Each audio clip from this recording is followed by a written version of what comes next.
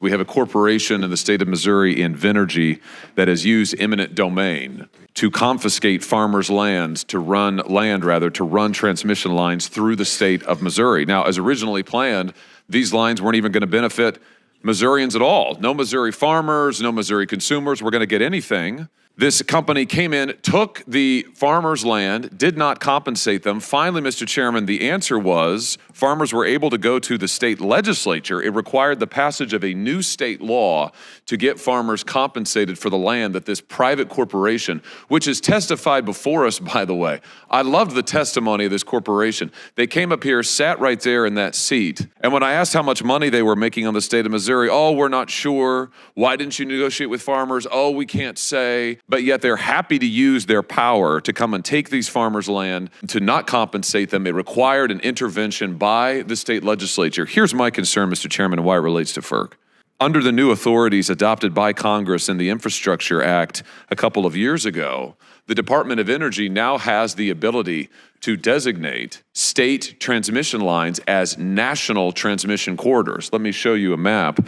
And recently, the Department of Energy has done just that. Once the Department of Energy designates a particular through route as a national transmission line, FERC has the ability, under the new statute, FERC has the ability to countermand state authorities, essentially to bypass the state process, regulatory process, and designate the land, including potentially taking it. I asked all three of the FERC nominees about this and said to them, this was a couple of months ago, March, when we had the hearing, and said to them, will you guarantee to me that you will consider the interests of farmers, local residents, landowners, the kind of people who frankly don't hire lobbyists? Invenergy and these corporations, they've got lobbyists out the wazoo. These local farmers, local residents, they don't. So my question was simple. Will you adhere to the law, and will you take into account the interests of local residents, farmers, local landowners, again, most of these folks living in rural areas, and not just rubber stamp Department of Energy transmission corridors, national transmission corridors? I have to say I was particularly disappointed in the answer of Ms. C, who would not answer my question.